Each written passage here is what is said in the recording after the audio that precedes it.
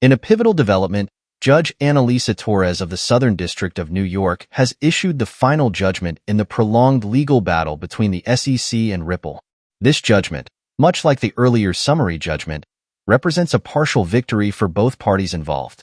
Initially, the SEC sought nearly $2 billion in penalties from Ripple, including $876.3 million each for civil penalties and disgorgement, plus an additional $198.15 million in prejudgment interest.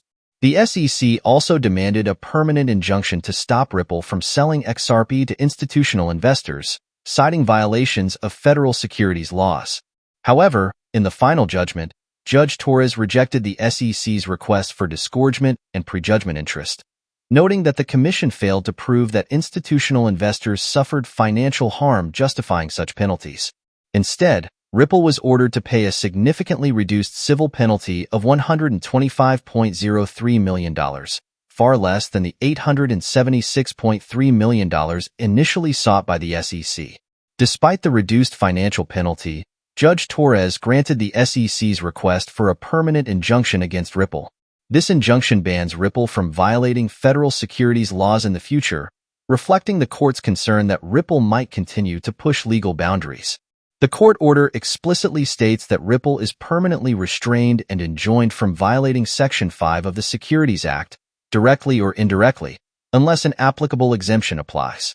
Following the court's order, a debate has arisen about whether Ripple can still sell XRP to institutional clients in the U.S. Some members of the XRP community believe that Ripple is now prohibited from making such sales. In response, several prominent figures in the crypto industry have clarified these misconceptions. Matt Rosendin, founder of CapSign, a digital asset security platform, emphasized that the ruling does not outright prevent Ripple from selling XRP to institutions. Instead, it requires Ripple to disclose future sales and obtain a federal securities exemption from the SEC.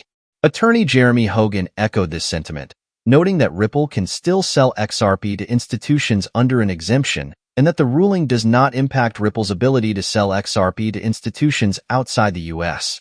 Wealth author Linda P.